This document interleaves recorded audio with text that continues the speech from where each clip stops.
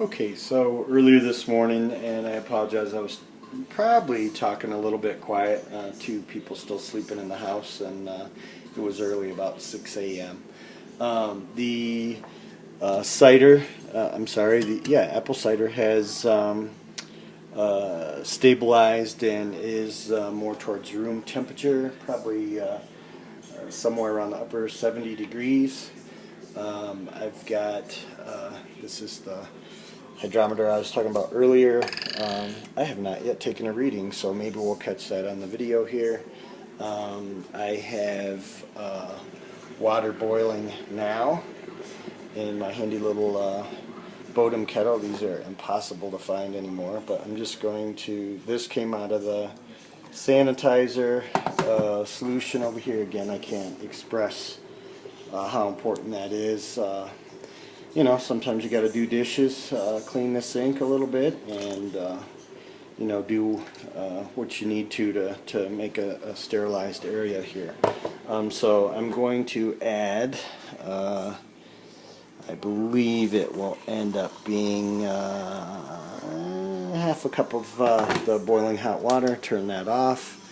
We're going to come over here and go with the organic sugar, and real quick here we will get that measured out and get the yeast out as well. I am not going to pitch the yeast yet because we'll want to double check our reading and our temperature. I think we're going to be fine on temperature because this is not going to overheat from half a cup of hot water. So organic sugar, we're going to go with half a cup here will be just about right. And basically this is not to sweeten the hard cider, but to give the yeast sugar to consume to create the alcohol and carbon dioxide. So it's a yeast nutrient, basically. Feed the yeast, and the result will be alcohol. In theory, you could just take hot water and dissolve sugar and add yeast at the appropriate temperature, and you'd have alcohol. It would taste lousy, but you would have alcohol. So the organic sugar into the hot water there, and a little bit left, no worries there.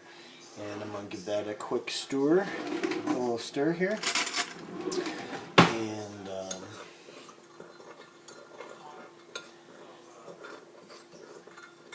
we'll be able to pour that in to the gallon jug here and put our airlock on. So we have my funnels, which we talked about in an earlier video. They were sterilized previously. I'm just going to give them a quick into the solution here, quick rinse. Again, try to avoid you know, touching areas that you're working with. Again, same with the cap. Let's put this in here. I'm done with that for now. And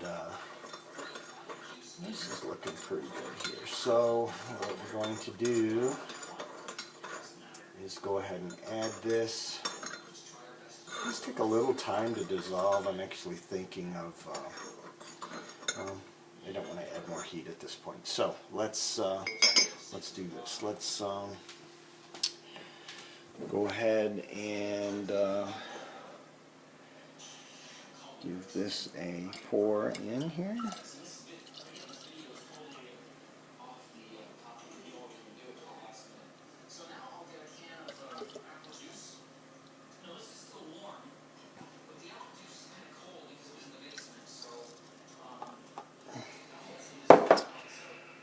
Alright, so how do I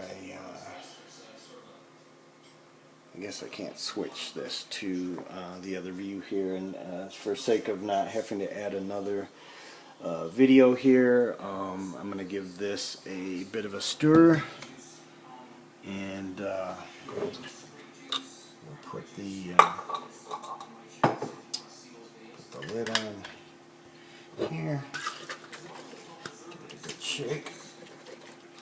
entire bottle was previously sanitized, both inside and out. And got some good bubbles going in there. I'm totally comfortable with that temperature. My airlock is ready to go and previously sanitized. So where is my yeast, which I had out earlier? Here we go. And what this is, I did not use a full pack of yeast last time. Half. I'm basically doing a gallon jug here, so not very critical. Total weight 5 grams. That's enough for 5 gallons. So we will use the rest of this little packet of Lalvin EC 1118, basically champagne yeast. And I'm going to go ahead and put it in here.